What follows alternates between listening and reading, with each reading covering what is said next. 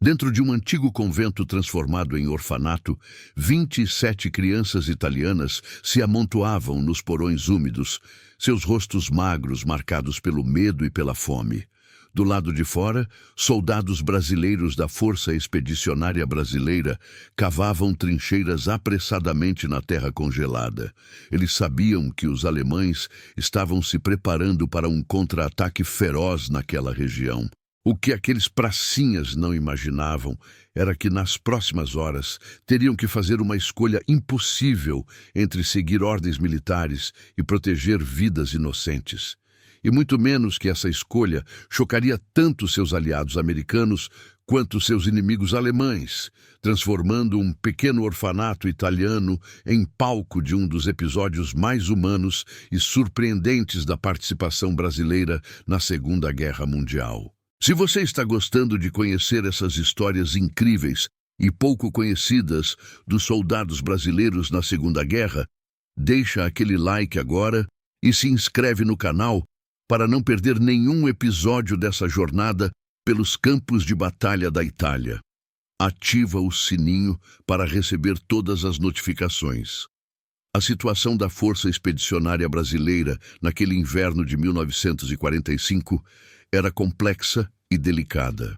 Desde que haviam desembarcado na Itália em julho do ano anterior, os brasileiros vinham enfrentando não apenas o inimigo alemão, mas também o ceticismo de muitos dos próprios aliados. A 5ª Divisão de Infantaria Expedicionária, única grande unidade brasileira a combater na Europa, estava subordinada ao 4º Corpo de Exército americano, comandado pelo general Willis D. Krittenberger. Os americanos, que inicialmente enxergavam os brasileiros como tropas de segunda linha, começavam a mudar de opinião após meses de combates nos Apeninos. Mas ainda havia dúvidas, ainda havia olhares de desconfiança. Ainda havia generais americanos que preferiam não colocar os brasileiros em missões críticas. Do outro lado da linha de frente, os alemães mantinham uma visão ainda mais depreciativa. Para a Wehrmacht, especialmente para as unidades veteranas que haviam lutado na frente russa e no norte da África, os sul-americanos eram apenas um exército tropical, despreparado para o rigor da guerra europeia. Nos relatórios de inteligência alemães, a FEB era descrita como uma força mal equipada com treinamento insuficiente, comandada por oficiais sem experiência real de combate. Esse desprezo seria colocado à prova de formas que ninguém poderia prever.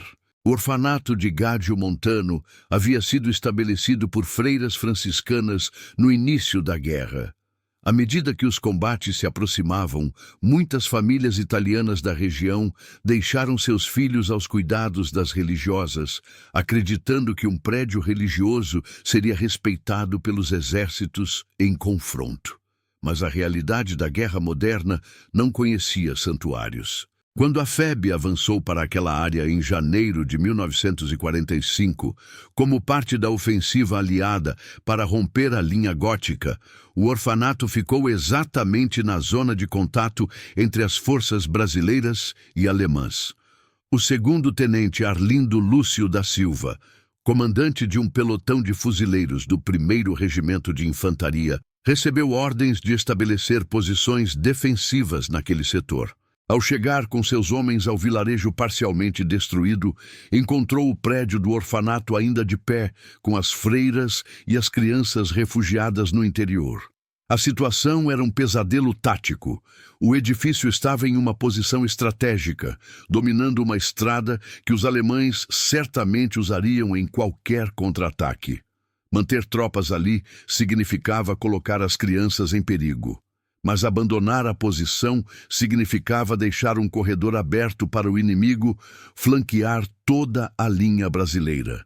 O tenente Silva, um jovem oficial de 24 anos natural de Minas Gerais, tomou uma decisão que mudaria tudo. Os soldados brasileiros que compunham aquele pelotão eram homens comuns, vindos de todos os cantos do país. Havia o cabo José Ferreira dos Santos, um agricultor de Pernambuco que havia se alistado para escapar da seca. Havia o soldado Mário Andrade Lopes, um operário de São Paulo que deixara esposa e um filho pequeno para trás. Havia também Antônio Batista, um gaúcho experiente que já havia servido na fronteira antes da guerra. Nenhum deles era um soldado profissional de carreira. Todos eram civis transformados em combatentes pela necessidade da guerra. E todos carregavam consigo algo que nem os alemães, nem mesmo alguns americanos conseguiam compreender totalmente.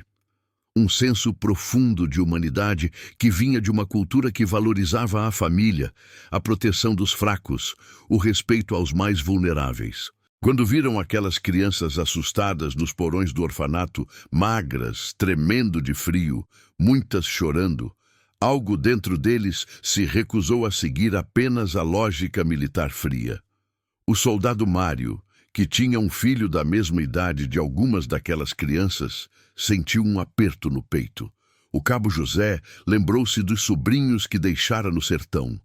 Eles sabiam que haviam cruzado um oceano para lutar contra a tirania, para libertar a Europa do nazismo. Mas ali, naquele momento, a guerra assumia um rosto muito mais concreto e pessoal.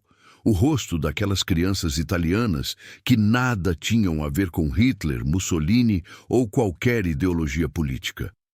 Do lado alemão, a 236ª da Divisão de Infantaria estava se reorganizando após semanas de combates desgastantes contra americanos e brasileiros. O comandante do setor, Major Heinrich Schäfer, era um veterano das campanhas da Rússia, condecorado com a Cruz de Ferro por sua atuação em Stalingrado. Schäfer não tinha ilusões sobre a guerra. Ele sabia que a Alemanha estava perdendo, que era apenas questão de tempo até o colapso final. Mas ainda tinha ordens a cumprir, e essas ordens incluíam manter a pressão sobre os aliados, atrasar seu avanço o máximo possível.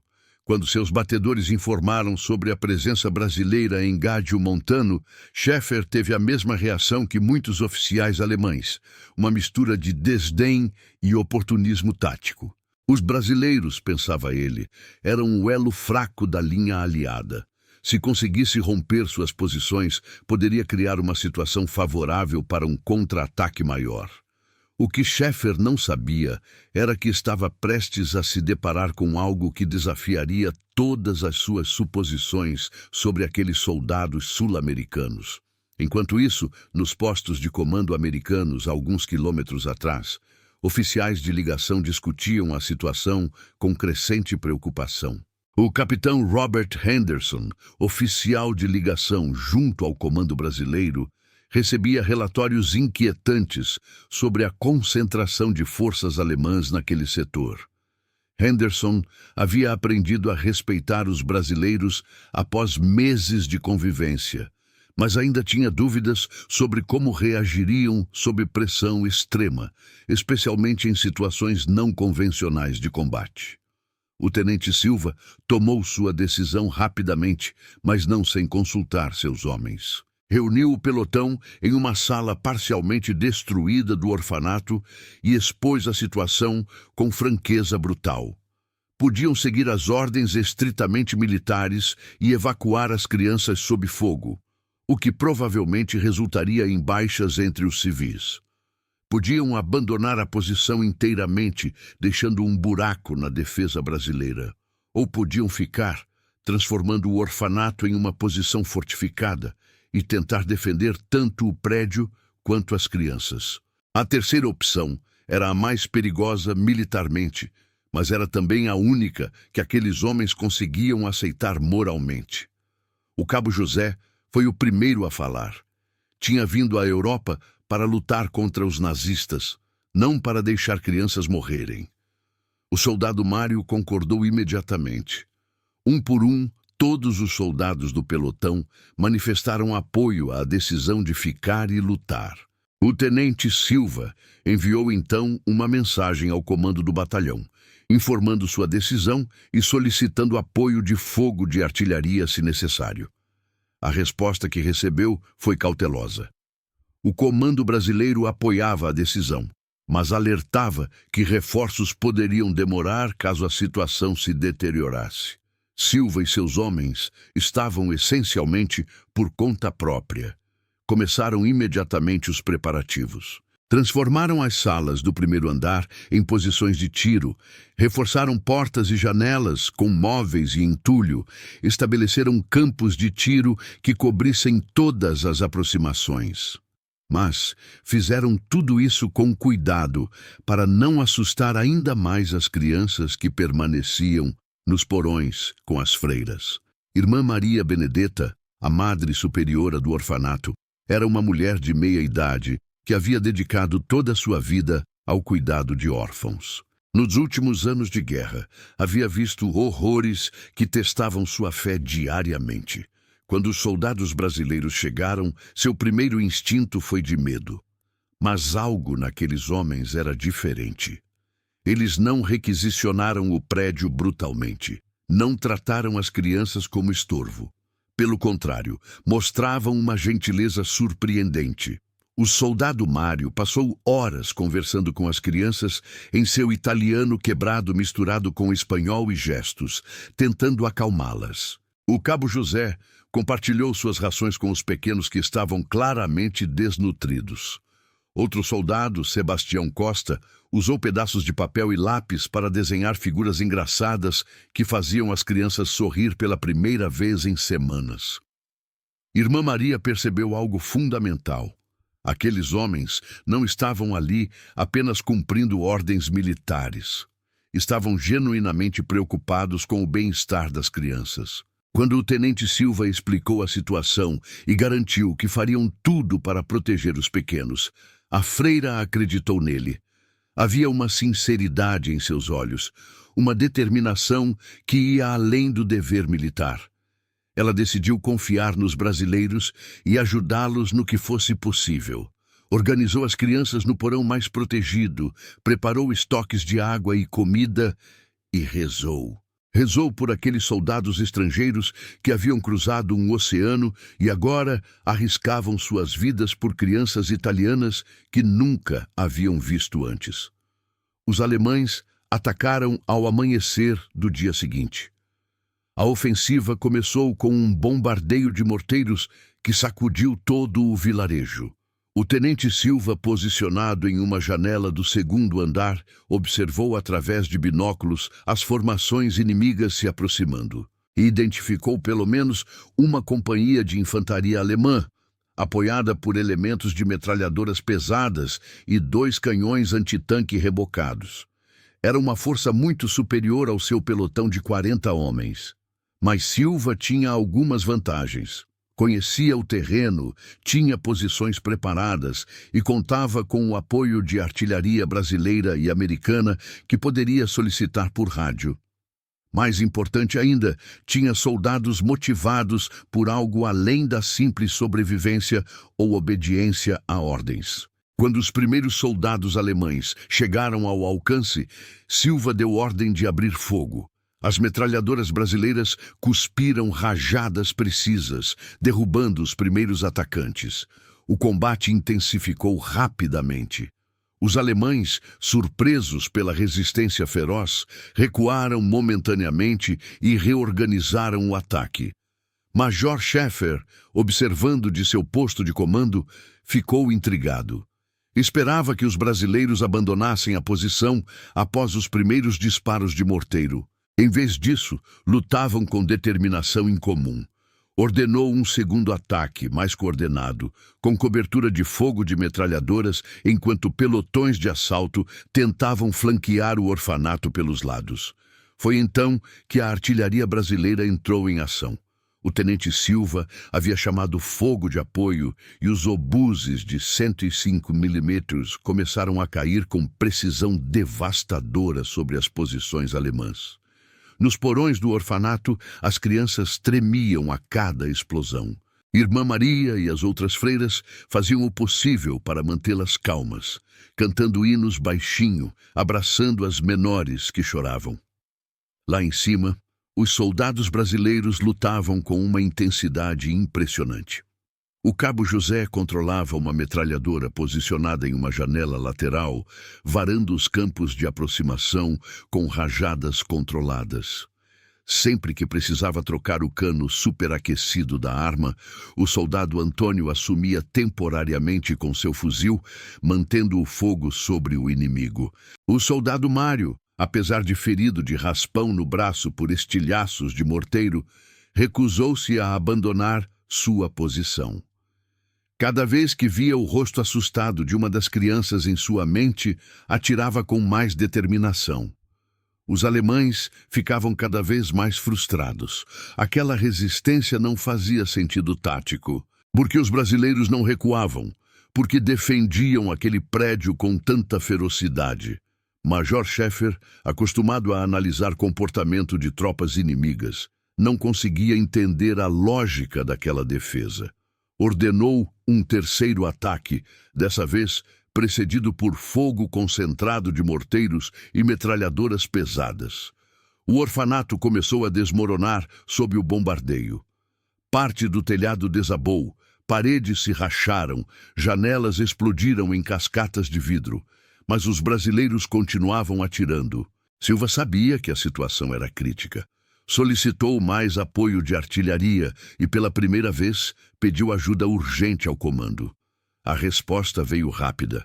Uma companhia de reforço estava a caminho, mas levaria pelo menos 2 horas para chegar. O capitão Henderson, no posto de comando americano, acompanhava a situação por rádio com crescente admiração e preocupação. Admiração pela coragem dos brasileiros, preocupação porque aquela defesa obstinada poderia resultar em perdas graves. Sugeriu ao comando brasileiro considerar a evacuação da posição, mas o coronel João Segadas Viana, comandante do batalhão brasileiro, recusou. Conhecia seus homens e confiava no julgamento do tenente Silva. Se seus pracinhas haviam decidido defender aquele orfanato, havia uma boa razão. Viana ordenou que toda a artilharia disponível fosse colocada à disposição de Silva e que a companhia de reforço avançasse o mais rápido possível. Henderson ficou impressionado com aquela confiança, mas ainda tinha dúvidas sobre o desfecho.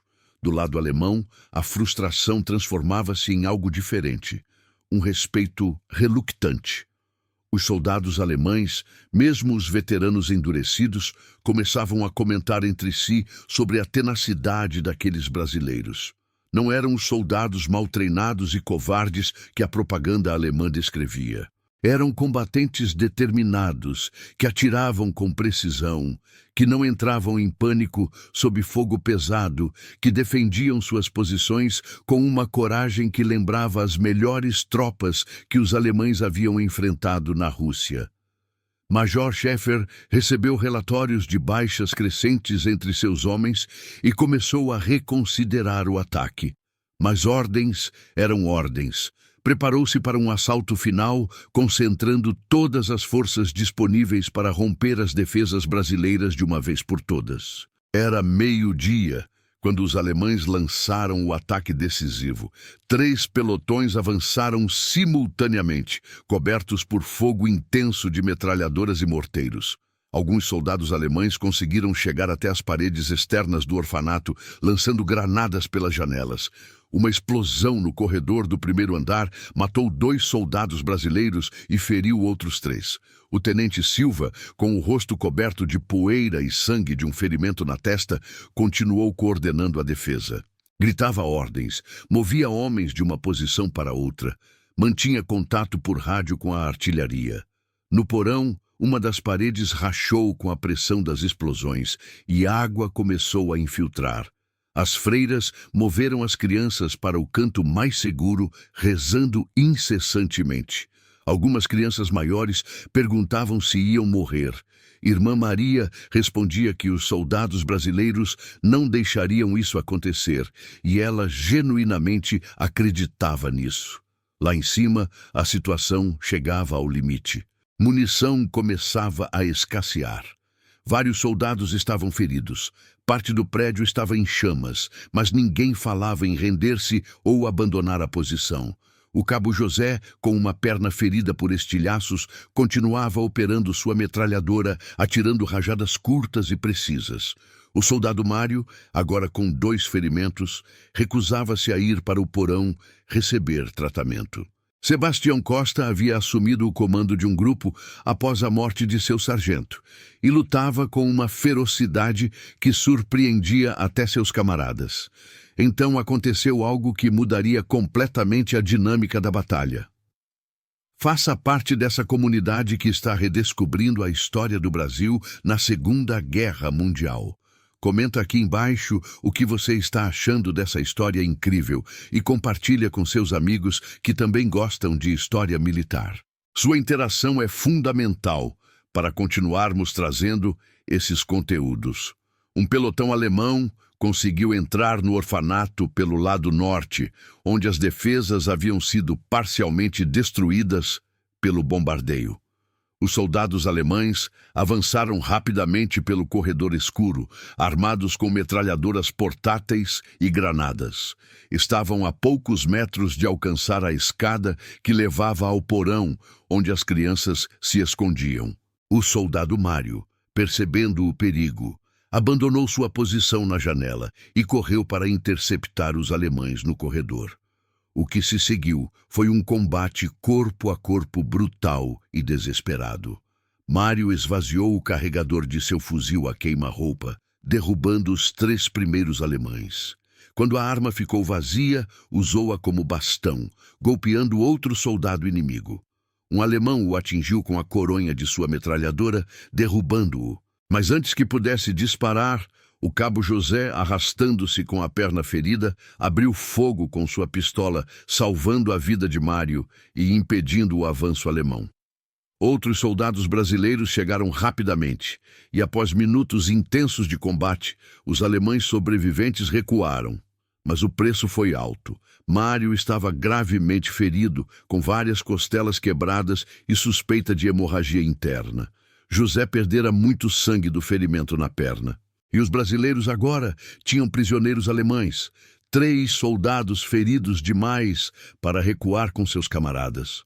O tenente Silva tomou uma decisão que chocaria ainda mais os alemães.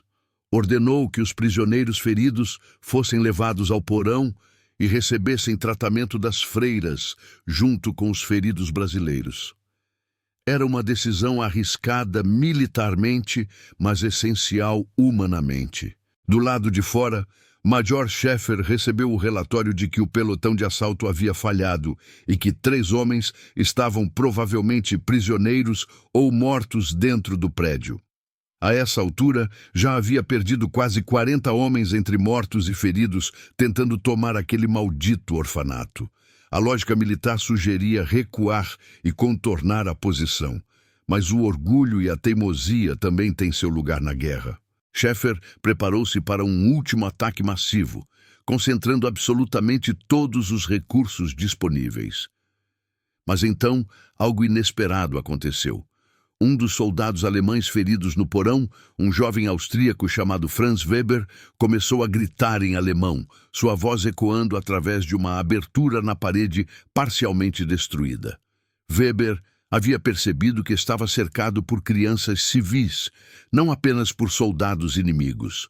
Gritou para seus camaradas lá fora que havia civis no prédio, crianças, dezenas delas. Implorou que parassem o ataque. Um oficial alemão que ouvia os gritos ficou perplexo.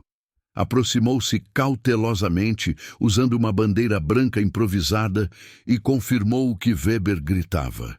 Informou imediatamente o Major Scheffer. O comandante alemão encontrou-se diante de um dilema moral. Continuar o ataque significaria quase certamente causar baixas entre crianças civis italianas. Por mais endurecido que estivesse após anos de guerra, Scheffer não estava preparado para cruzar aquela linha. Além disso, começava a entender por que os brasileiros lutavam com tanta determinação. Não estavam apenas defendendo uma posição militar. Estavam protegendo crianças indefesas. Scheffer ordenou cessar fogo temporário e enviou um oficial sob bandeira branca para negociar com o tenente Silva. A conversa que se seguiu foi uma das mais surreais da campanha italiana. O oficial alemão, um tenente chamado Klaus Hoffmann, Falava italiano fluentemente e serviu de intérprete. Propôs que os alemães permitiriam a evacuação das crianças e das freiras se os brasileiros abandonassem a posição. Silva recusou categoricamente. Não confiava que os alemães manteriam a palavra após a evacuação dos civis e, além disso, abandonar a posição criaria um buraco perigoso nas linhas brasileiras. Contrapropôs. Ambos os lados manteriam cessar-fogo temporário enquanto as crianças fossem levadas para um local mais seguro na retaguarda brasileira. E depois, a batalha poderia recomeçar se os alemães insistissem.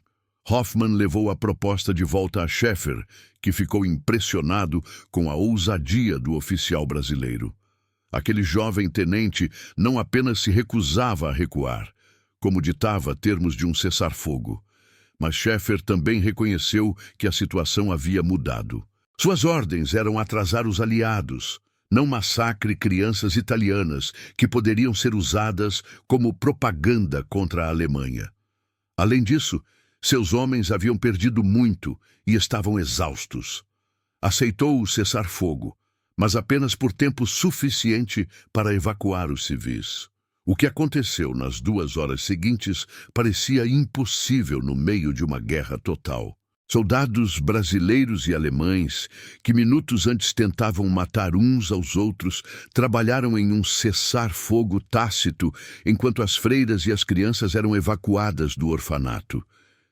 Irmã Maria, ao sair do prédio carregando 2 crianças pequenas, olhou para os soldados de ambos os lados. Os brasileiros estavam em posições defensivas, sujos, ensanguentados, exaustos, mas com olhares vigilantes. Os alemães também observavam, muitos com expressões que misturavam respeito e algo próximo da vergonha. A Madre Superiora percebeu algo profundo naquele momento. Aqueles soldados brasileiros, que ninguém esperava muito no início da guerra, haviam acabado de dar uma lição de humanidade em meio à desumanidade do conflito. Haviam arriscado tudo, não por objetivos militares abstratos, mas para proteger vidas inocentes. E no processo, haviam ganhado o respeito mesmo daqueles que tentavam matá-los. Quando a última criança cruzou as linhas brasileiras em segurança, carregada por um soldado gaúcho que chorava abertamente, a tensão voltou a subir. O cessar-fogo estava terminando, mas então algo extraordinário aconteceu. Major Schäfer, observando de sua posição, ordenou que suas tropas recuassem. Não valia a pena retomar o ataque. Já havia perdido homens demais e agora, depois de testemunhar a coragem e humanidade dos brasileiros, sentiu que continuar seria inútil e desrespeitoso. Seus soldados recuaram lentamente, mantendo posições defensivas, mas sem reiniciar a ofensiva. O tenente Silva e seus homens ficaram nas ruínas do orfanato, quase sem acreditar que haviam sobrevivido. A companhia de reforço brasileira chegou meia hora depois, esperando encontrar uma situação desesperadora. Em vez disso, encontrou soldados exaustos, mas vitoriosos, que haviam conseguido algo notável: defender uma posição impossível, proteger civis inocentes e ganhar o respeito até mesmo de seu inimigo. No posto de comando americano, o capitão Henderson recebeu o relatório completo do que havia acontecido e ficou profundamente impressionado. Imediatamente enviou uma mensagem ao comando do 4º Corpo, elogiando a ação dos brasileiros. O general Krittenberger, que comandava o corpo, leu o relatório pessoalmente e ordenou que o tenente Silva e seus homens fossem recomendados para condecorações. Mais importante ainda, a história rapidamente se espalhou entre as unidades americanas na região. Os brasileiros, que muitos ainda olhavam com ceticismo, haviam acabado de provar que eram soldados de primeira linha, capazes não apenas de lutar ferozmente, mas de fazê-lo mantendo sua humanidade. Oficiais americanos que antes evitavam colocar unidades brasileiras em setores críticos começaram a reconsiderar suas avaliações. As semanas seguintes veriam uma mudança notável na forma como os americanos tratavam e empregavam a FEB. Mas a maior mudança talvez tenha sido do lado alemão. Major Schäfer em seu relatório ao comando da divisão, descreveu os brasileiros como adversários determinados e corajosos, dignos de respeito. Essa avaliação se espalhou rapidamente entre as unidades alemãs. Outros oficiais da Wehrmacht começaram a alertar suas tropas para não subestimarem os sul-americanos. Em diários e cartas interceptadas posteriormente, soldados alemães descreviam os brasileiros com uma mistura de surpresa e admiração, muito diferente do desdém inicial. Um sargento alemão escreveu em seu diário: "Lutamos hoje contra os brasileiros. Pensávamos que seriam fracos, mas defenderam cada posição como leões. São soldados de verdade, lutam por algo que acreditam, não apenas por ordens." Nos dias que se seguiram à Batalha do Orfanato, as crianças foram realojadas em instalações mais seguras na retaguarda aliada. Irmã Maria fez questão de visitar os soldados brasileiros que haviam sido hospitalizados por ferimentos. Encontrou o soldado Mário em uma cama de hospital de campanha, o corpo enfaixado, mas o espírito ainda forte. Agradeceu a ele e a todos os brasileiros por terem salvado as crianças. Mário, com lágrimas nos olhos, respondeu que havia feito apenas o que qualquer pai faria, o que qualquer homem decente faria. Naquele momento, a freira compreendeu algo essencial sobre aqueles soldados. Eles haviam trazido consigo, através do Atlântico, valores que a guerra europeia muitas vezes esquecia. Valores de família, comunidade, proteção aos mais fracos. Eram valores profundamente brasileiros, enraizados em uma cultura que misturava influências indígenas, africanas e europeias em algo único. E esses valores, combinados com coragem e determinação, faziam deles guerreiros formidáveis. O Cabo José, que perdeu parte do movimento da perna devido aos ferimentos, receberia posteriormente a Medalha de Guerra do Brasil por sua ação. O soldado Mário seria condecorado com a Cruz de Combate. O tenente Silva receberia a Medalha Militar, a mais alta condecoração brasileira por bravura em combate. Mas para todos eles, a verdadeira recompensa foi saber que 27 crianças italianas sobreviveram graças à sua coragem e humanidade. A história da defesa do orfanato de Gaggio Montano tornou-se lendária entre as tropas brasileiras na Itália. Era contada e recontada nos acampamentos, nas trincheiras, nos intervalos entre combates. Tornava-se um exemplo do que a FEB representava. Soldados que lutavam ferozmente quando necessário, mas que nunca perdiam sua humanidade no processo. Inspirou outros atos de coragem e compaixão nas semanas e meses que se seguiram. Quando a FEB capturou a cidade de Montese em abril de 1945, em uma das batalhas mais ferozes da campanha italiana, soldados brasileiros novamente demonstraram cuidado especial com civis, ajudando a evacuar famílias sob fogo inimigo, compartilhando rações escassas com italianos famintos, tratando prisioneiros de guerra com respeito, mesmo quando não recebiam o mesmo tratamento. Essas atitudes contrastavam fortemente com as brutalidades que haviam marcado anos de guerra na Europa e deixaram impressões duradouras tanto nos aliados quanto nos inimigos. Os americanos, inicialmente céticos, tornaram-se admiradores fervorosos. O general Mark Clark, comandante do 5º Exército, declararia posteriormente que os brasileiros eram soldados magníficos que haviam contribuído significativamente para a vitória na Itália. Oficiais americanos que serviram junto aos brasileiros levaram para casa histórias de coragem, competência e humanidade que ajudaram a moldar as relações entre Estados Unidos e Brasil nas décadas seguintes. Do lado alemão, o respeito ganho pelos brasileiros nos combates persistiu mesmo após a guerra. Veteranos alemães que lutaram contra a FEB frequentemente mencionavam os brasileiros como adversários honrados, que lutavam duramente, mas com fair play. A Batalha do Orfanato teve impacto além do militar e do simbólico.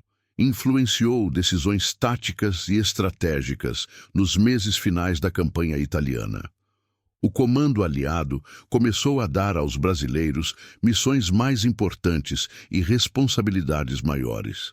A FEB participou de operações cruciais que levaram ao colapso final das defesas alemãs na Itália. Em cada uma dessas operações, os brasileiros demonstraram as mesmas qualidades que haviam mostrado em Gádeo Montano: coragem, determinação, resiliência e humanidade. Mas a história também teve repercussões no Brasil. Quando notícias dos feitos da FEB começaram a chegar ao país, o orgulho nacional cresceu imensamente. Brasileiros que antes viam a participação na guerra com ambivalência começaram a apoiar fervorosamente seus pracinhas. A imprensa brasileira cobria avidamente cada vitória, cada ato de heroísmo. A história do orfanato, quando finalmente foi relatada em detalhes após a guerra, tornou-se parte da narrativa nacional sobre o papel do Brasil na Segunda Guerra Mundial.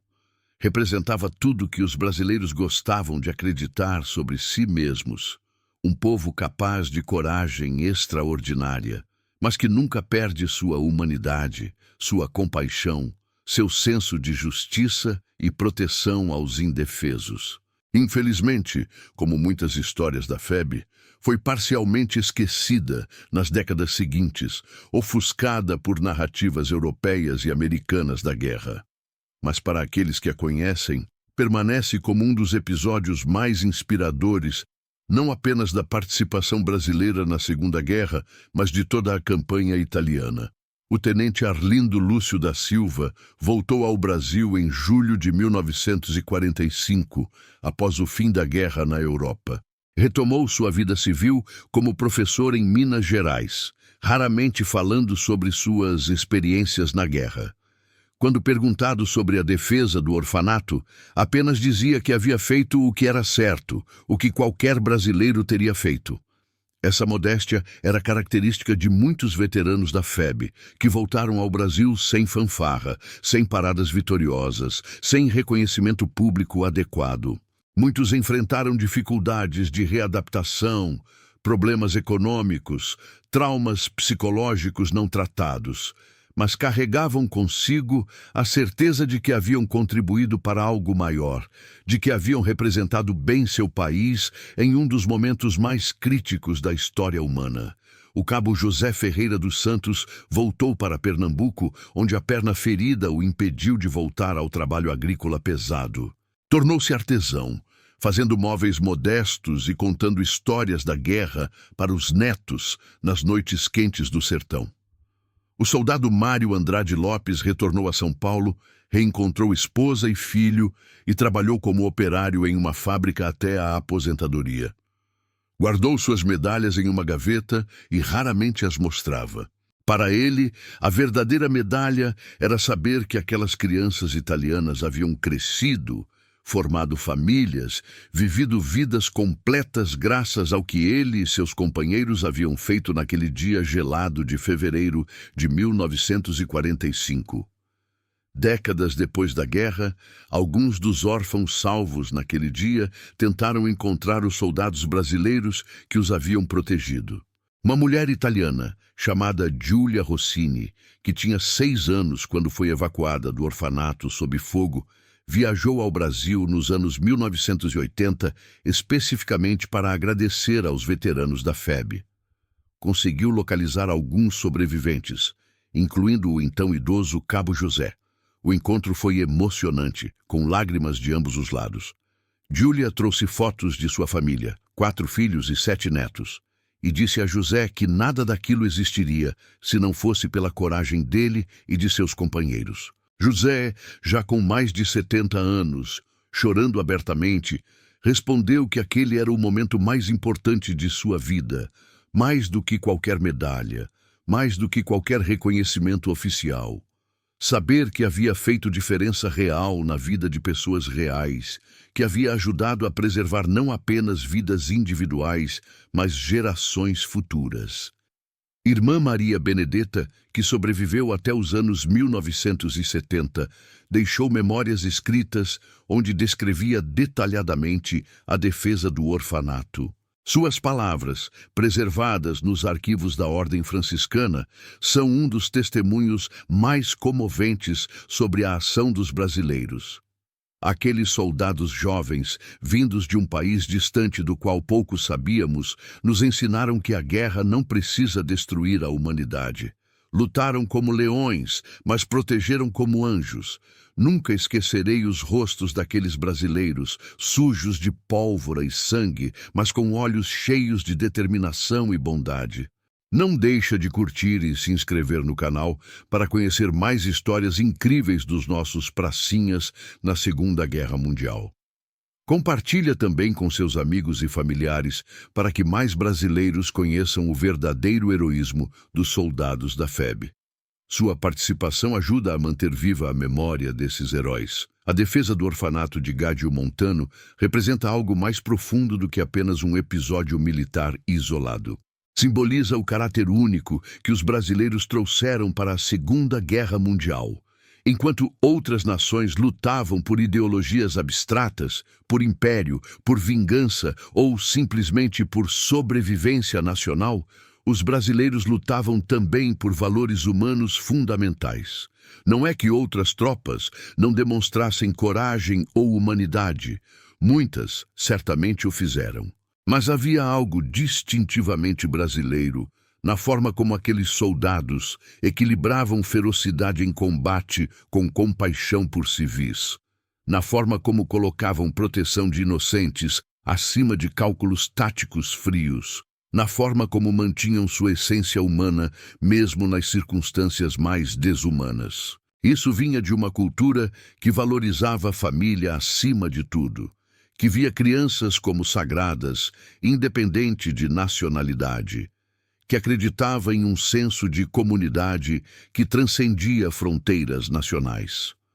Os pracinhas brasileiros na Itália eram em sua maioria homens simples, sem educação formal extensiva, sem treinamento militar de longa data, sem a tradição militar de nações europeias. Mas possuíam algo igualmente valioso, um senso inato de certo e errado, uma bússola moral que os guiava mesmo quando ordens militares ou conveniência tática sugeriam outros caminhos. E essa bússola moral, combinada com coragem física e determinação, os tornou soldados excepcionais. A história do orfanato também ilustra algo importante sobre como guerras são realmente lutadas e vencidas. Não apenas através de estratégias brilhantes ou superioridade material, embora esses fatores sejam importantes, mas também através da moral, da motivação, do senso de propósito que anima soldados individuais nos momentos mais críticos. Os brasileiros em Gádio Montano lutaram como lutaram porque acreditavam no que estavam fazendo, porque viam um propósito moral claro na proteção daquelas crianças. Essa motivação os tornou mais efetivos do que soldados tecnicamente melhores treinados, mas lutando apenas por obediência ou medo. Os alemães, mesmo com vantagem numérica e experiência superior, não conseguiram romper a defesa brasileira porque enfrentavam homens lutando por algo maior do que ordens militares. E os americanos, observando de fora, aprenderam uma lição valiosa sobre seus aliados brasileiros. Que coragem e efetividade em combate não dependem apenas de equipamento e treinamento, mas também de caráter e motivação. Essa lição influenciaria como americanos e brasileiros cooperariam militarmente nas décadas seguintes, estabelecendo as bases para uma parceria que persiste até hoje. Para os italianos que viveram aquela época, a presença brasileira deixou memórias duradouras e majoritariamente positivas. Diferente de muitos exércitos que passaram pela Itália durante a guerra, tratando a população local como inimiga ou irrelevante, os brasileiros geralmente demonstravam respeito e compaixão, compartilhavam comida quando tinham, ajudavam na reconstrução quando podiam, tratavam civis com dignidade mesmo em meio ao caos da guerra. Isso criou laços afetivos que persistiram por gerações. Cidades italianas que foram liberadas pela FEB mantêm até hoje monumentos e memoriais aos brasileiros. Ruas levam nomes de oficiais e soldados brasileiros.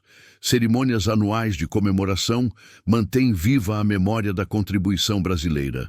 E histórias como a do orfanato de Gaggio Montano são contadas e recontadas, passadas de avós para netos, mantendo viva a gratidão italiana pelos pracinhas que vieram de tão longe para ajudar a libertar a Itália.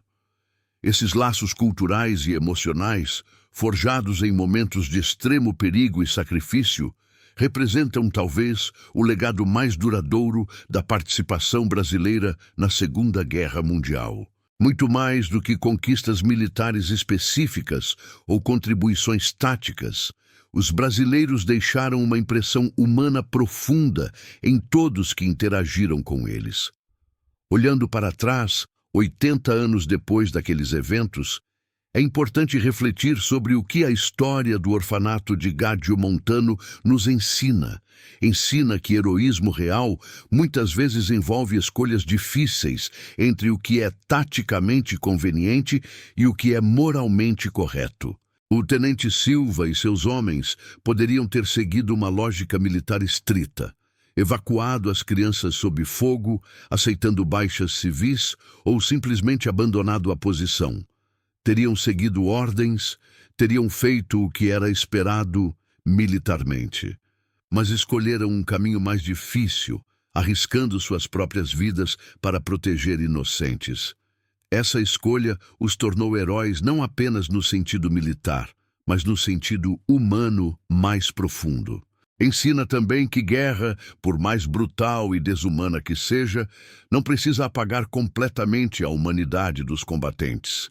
É possível ser um guerreiro feroz e efetivo e ainda manter compaixão, empatia, senso de justiça. Os brasileiros provaram isso repetidamente durante a campanha italiana.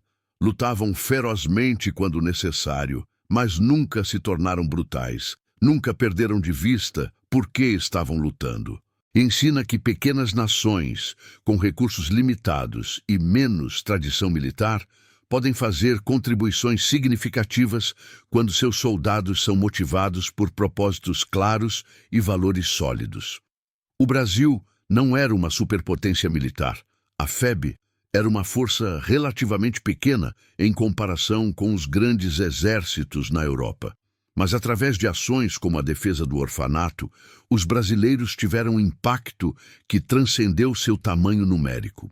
A memória da defesa do orfanato também nos convida a refletir sobre como histórias de guerra são contadas e lembradas. Durante décadas, a narrativa da Segunda Guerra Mundial foi dominada por perspectivas americanas, britânicas, alemãs, russas. Contribuições de nações menores, incluindo o Brasil, foram frequentemente marginalizadas ou esquecidas. Isso fez injustiça não apenas aos veteranos dessas nações, mas também empobreceu nossa compreensão da guerra como um todo. A Segunda Guerra foi verdadeiramente um conflito global, envolvendo dezenas de nações, cada uma trazendo suas próprias perspectivas, valores e contribuições. A história brasileira, especialmente episódios como Gaggio Montano, adiciona dimensões importantes a essa narrativa global. Mostra que coragem e heroísmo não eram monopólio das grandes potências, que lições valiosas podem ser aprendidas de todos os participantes, independente do tamanho de suas contribuições militares. Resgatar e celebrar essas histórias não é apenas questão de orgulho nacional ou reconhecimento merecido aos veteranos. É também questão de ter uma compreensão mais completa e nuançada de um dos eventos mais importantes da história humana. Cada história adicional, cada perspectiva diferente, enriquece nosso entendimento coletivo e nos ajuda a extrair lições mais profundas sobre guerra, paz, humanidade e sacrifício. Para os brasileiros contemporâneos, a história do orfanato de Gádio Montano oferece um exemplo poderoso de valores nacionais em ação.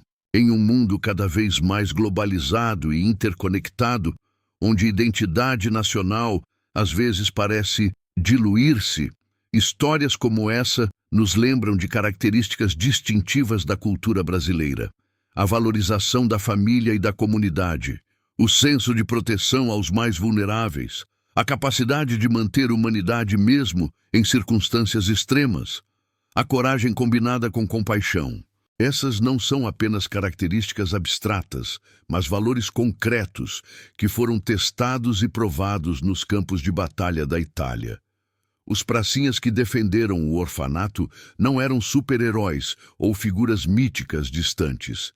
Eram brasileiros comuns, representando todas as regiões do país, todas as classes sociais, todas as etnias que compõem a rica diversidade brasileira. E precisamente por serem homens comuns, suas ações são ainda mais inspiradoras. Mostram que qualquer brasileiro, quando confrontado com situações extremas, pode encontrar dentro de si coragem e humanidade extraordinárias.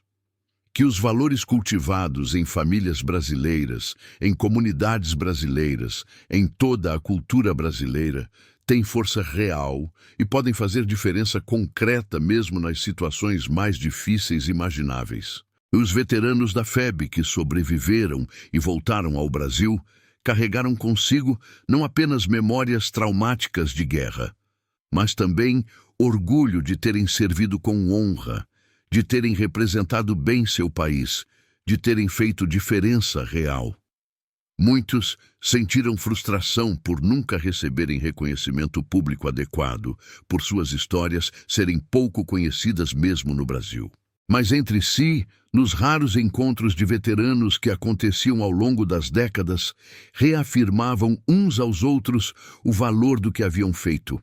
Lembravam-se de momentos como a defesa do orfanato, de companheiros perdidos, de civis salvos, de vitórias conquistadas contra todas as probabilidades, e transmitiam a seus filhos e netos um legado de serviço, sacrifício e humanidade que transcendia as histórias individuais. Hoje, com os últimos veteranos da FEB já falecidos, cabe às gerações seguintes manter viva a memória de seus feitos.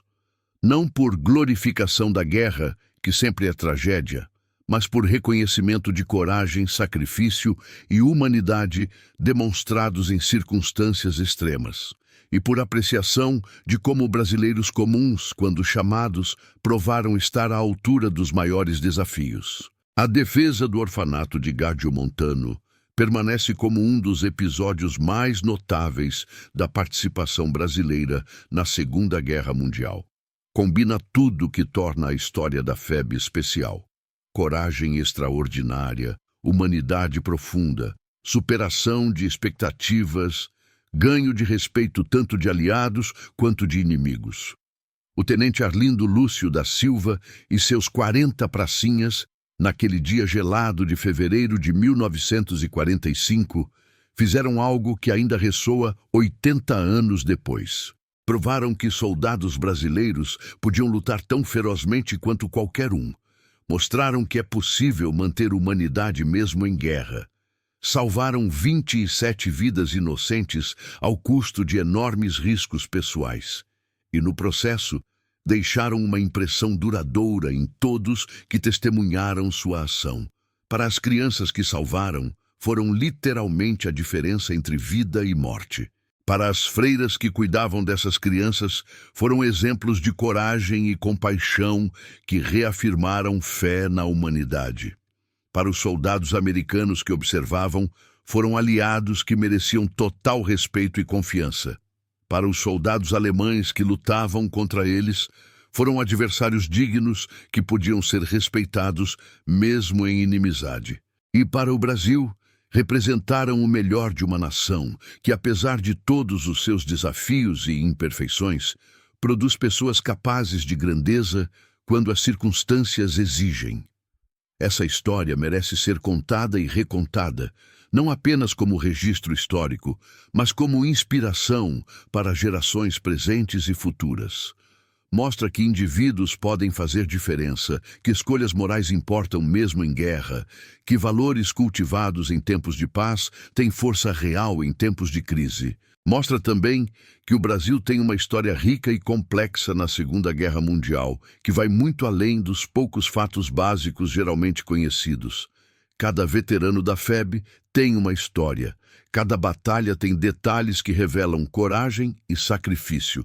Cada interação com civis italianos, ou com aliados americanos, ou com inimigos alemães, adiciona camadas de compreensão sobre aquele período. Resgatar essas histórias, dar-lhes a atenção que merecem, é forma de honrar aqueles que serviram e de enriquecer nossa compreensão coletiva de quem somos como nação. As ruínas do orfanato de Gádio Montano, parcialmente reconstruídas após a guerra, ainda estão de pé hoje. Uma pequena placa instalada nos anos 1980 comemora os soldados brasileiros que defenderam o prédio. Poucos turistas a visitam, poucos italianos contemporâneos conhecem a história completa. Mas para aqueles que conhecem, o lugar mantém ressonância especial. É onde soldados comuns fizeram algo extraordinário, onde humanidade triunfou sobre brutalidade, onde brasileiros provaram seu valor de forma inequívoca. E é um lembrete permanente de que, mesmo nos momentos mais sombrios da história humana, luz pode ser encontrada nas ações de indivíduos corajosos que se recusam a abandonar sua humanidade.